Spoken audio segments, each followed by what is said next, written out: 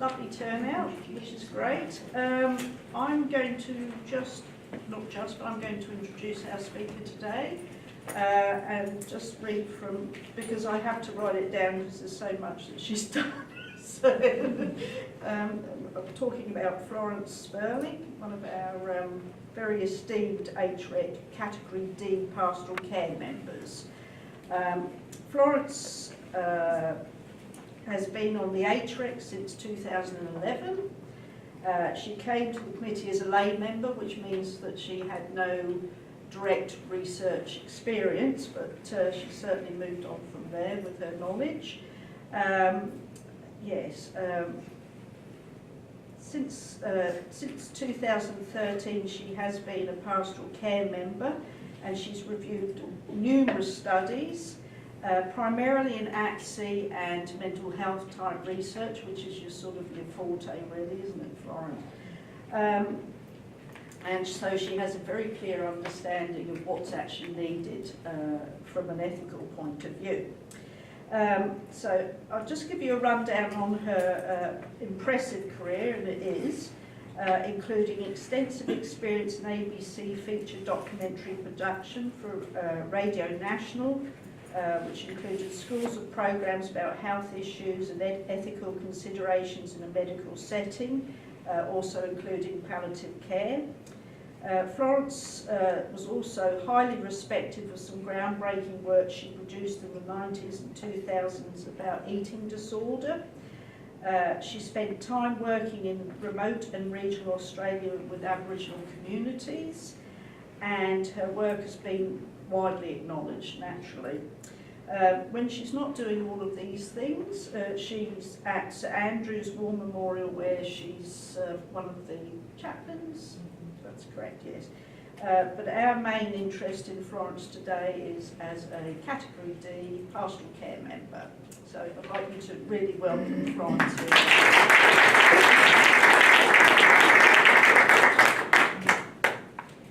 Well, thanks very much, Rebecca, and lovely to see you all. I'm very humbled and pleased to be with you, and very respectful of the different fields you're representing. Let's just start. I read from a full script, but as you can see, I can look up at you as well. Let's just start with this rather controversial, provocative-looking picture. As we can see, that's Auschwitz concentration camp, and a new book that's out which talks about the experience of some of the survivors of Auschwitz. So I'll start with that, a sombre start, but we'll see where we go from there. I think it will be clear as we go, hopefully. And I'm talking about the Sydney Morning Herald on Saturday the 31st of March this year, where there was a review of Anne Suskin's new book, which is pictured, called We Are Here, Talking with Australia's Oldest Holocaust Survivors, published by Scribe. The journalist author Fiona Harari cites an instance from Auschwitz of Anita Abel and her identical twin sister Stephanie Heller.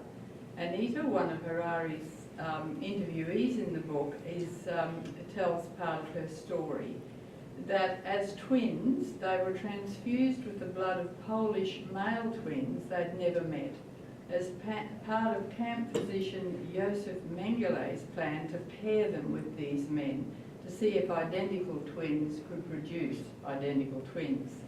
The plan, involving gynecological procedures, was stymied by the advance of the Allied troops, but the sisters experienced 2 more camps before liberation, emerging to find the rest of their family had been killed. Now, sometimes as a broadcaster and a graduate in English literature and theology, I struggle with the medical and allied health world of the papers I review for our Human Research Ethics Committee here at the PA Hospital. And the fact that my family is almost entirely medical, I'm the odd one out, doesn't really help on the days when I wonder why I have kept going since 2011 in a zone which is not really my place of professional comfort and ease. And then I remember some of the stories I researched in my 32 years in the ABC, and particularly for my documentary series Encounter.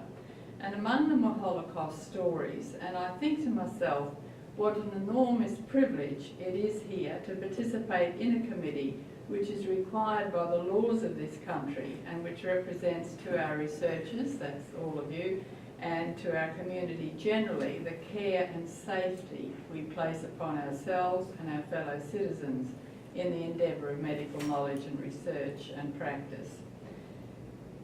Where was the Ethics Committee reviewing Mengelay's hideous experiments on twins in Auschwitz? Where was the national statement which we respect and adhere to in our research? The security of Ethics Committee work in Australia is part of the heart and soul of our society's dignity and decency. And I realise that if I occasionally groan at the sight of the papers I have to review, you might groan that you have to clear with our committee the research you're proposing, and if you're honest, you'll probably admit that's true. We all know, however, that we're on the same side, that we're all people of honour and goodwill who seek to use our training and expertise for the benefit and justice of our society. And in that spirit, let me comment on a few ways which may be useful to you in preparing papers for our consideration. Right, I'd like you to picture that you're inviting some smart and vivacious friends to lunch one weekend soon. They're not necessarily health professional mates, but they are curious, intelligent, loving people from a range of backgrounds, and you trust them. Over lunch, you ask them if they'd let you fly a kite with them about some research you have in mind in your health field.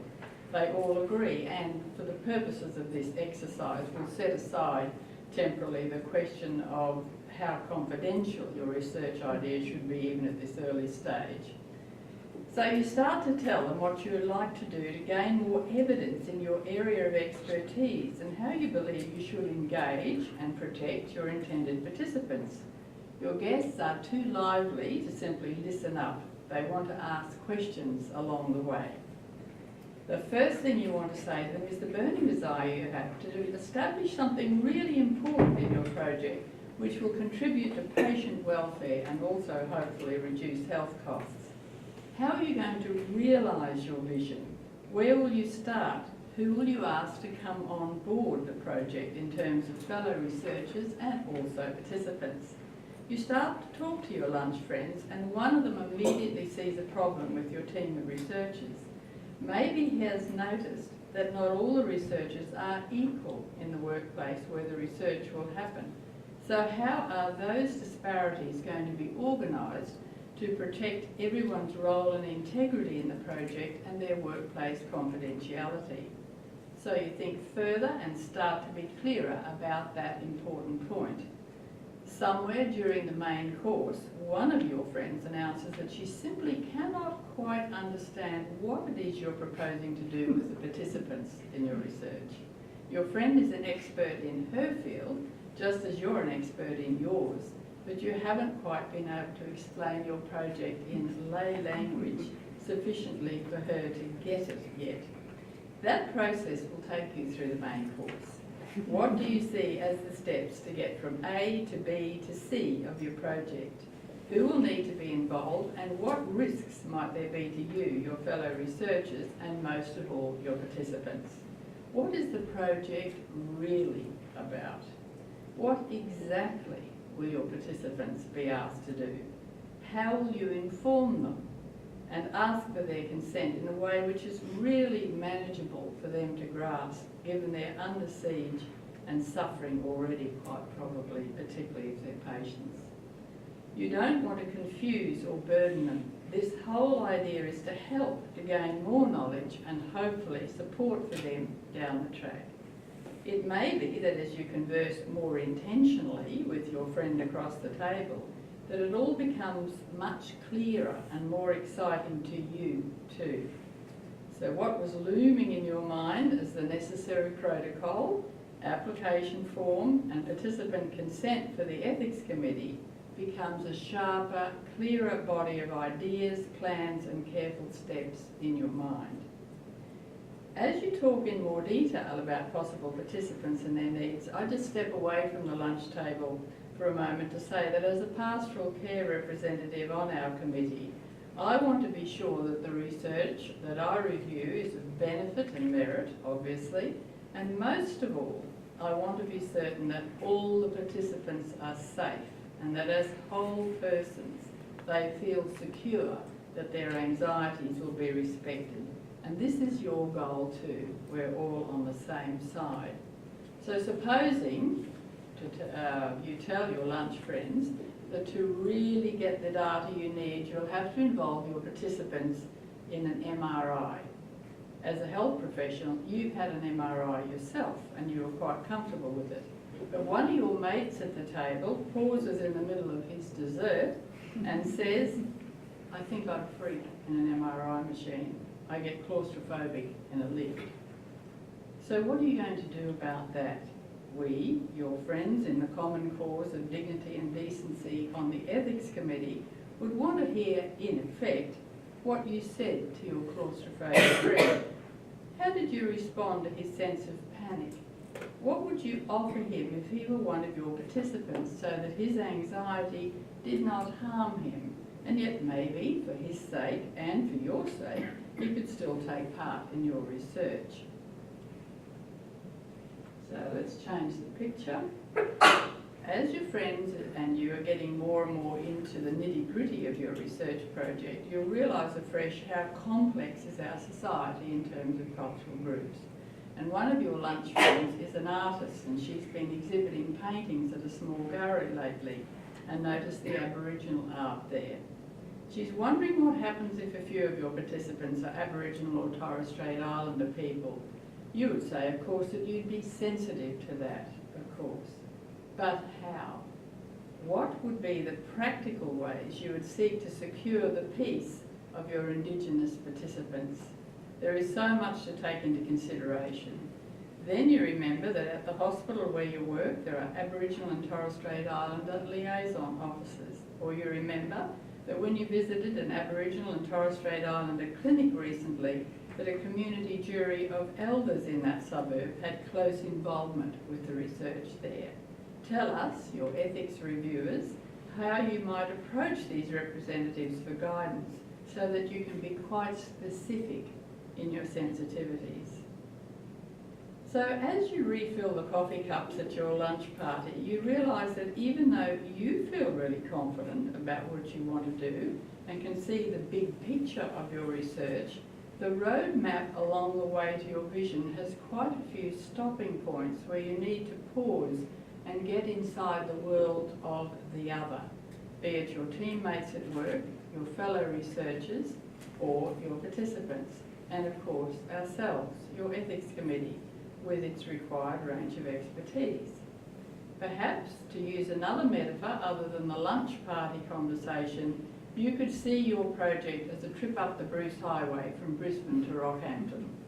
You know you're going to need to stop and get fuel north of Castledean because you forgot last night to fill up when you were packing the car, and you know that having had a couple of caffeinated coffees as you pack the car this morning, you're bound to need a toilet stop somewhere before Gympie.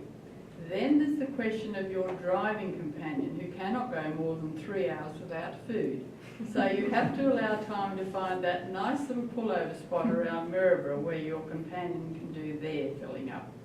In other words, pausing, thinking, caring about ourselves and the other person, it's all going to make the project clearer to yourself and to your ethics committee. So, back to the lunch table at home. You've had a very enlightening conversation with your friends. You realise that you've really enjoyed and gained by their questions and input, even though you feel a bit daunted about the side trips and stops you have to take to get to your destination. But you're a good researcher. You have the knowledge, the integrity, the passion and the expertise to set it all out for your ethics committee to review. 6 months after your lunch at home, you're ready to write it up and send it to us. You've realised keenly since your lunch friends questioned you that you have to set your application out in lay language because your ethics committee includes lay male and lay female, pastoral care and a big range of health professionals. In some respects, your ethics committee are a bit like your participants. Your participants in the project are not all health professionals, and perhaps mostly none of them is. So they're going to need clear lay language in order to understand and consent to take part. All of this does not mean you have to reduce the scientific quality and detail of your application. What it does mean is that just as important as the quality of your research idea is the quality of your telling us about it. This means keeping your lunch friends in mind at all times as you write your application. Remember how they brought real-life honesty and wisdom to your thoughts. Remember the friend who was scared of the MRI. Remember the friend who'd noticed the Aboriginal art. They have already made your ideas richer, more humane, more worthy of who you are and what your research will aim to achieve, because they've encouraged you to respect in more detail, with more clarity, the other person with all the rights, needs, fears and hopes that the other person brings to your ideas. Some of this focus on the other person will be profound, such as sensitively caring for the comfort of patients. For your ethics committee, it would not be as poignant as that, but it would be important nonetheless. For example, it's really helpful if you remember that I don't carry in my head the in-house terms and acronyms for organisations or procedures within the health system, which you know as easily as the rest of us know ASAP, SMS or RSVP. So when we're dealing in our specialist area, let us pause for a moment and check our communication to the other person. For instance, what do you think this stands for? Well, I won't weary busy people who are in the middle of a morning's work trying to figure this out, because it represents a society with a membership of one, myself, and here is what it means.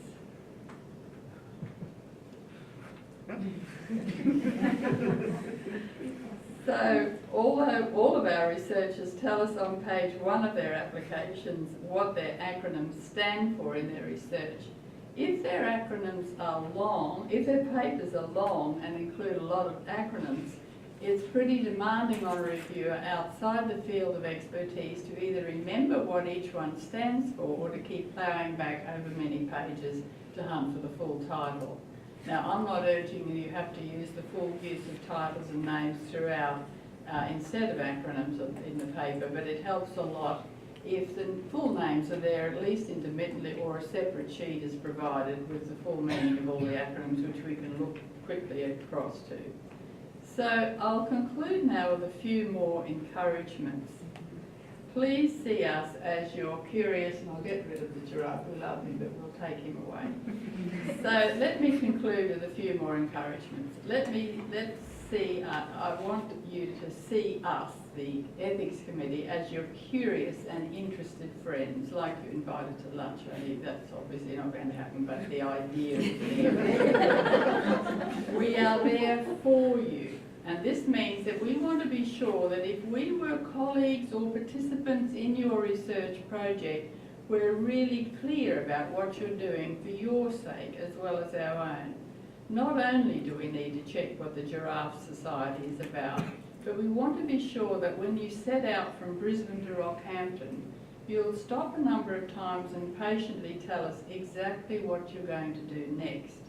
For example, if some of your participants have particular emotional needs, or if your workplace colleagues might be unfairly placed if they take part as your participants in focus groups, for example, these sorts of things need to be worked through with care and practical precision. We want to be sure that when you write up your vision, that what you set out in your protocol is consistent with what you set out in your research application, so that everything fits together.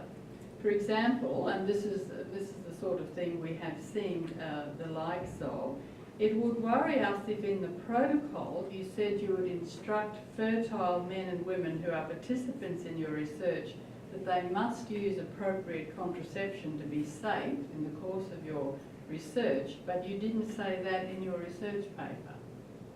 We, your reviewers, would also be grateful at the end of your process of writing up that you went back over your paper and checked for grammar, spelling and typos.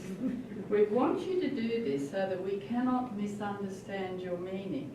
We want to understand and to feel safe and informed about everything you said, and one of the ways you can enlighten us to the best of your ability is to be fully accurate. Ethical considerations are not based on researchers' language and typing skills, but they are based on clarity and exact information. We want to be clear and we want you to succeed.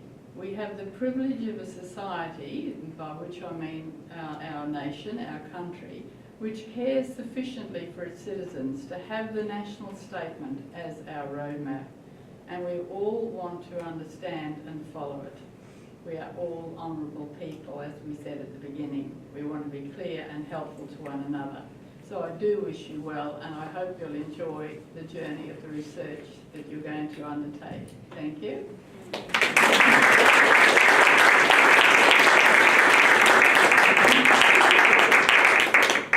Any questions for Florence? Now's the time to hear the other side.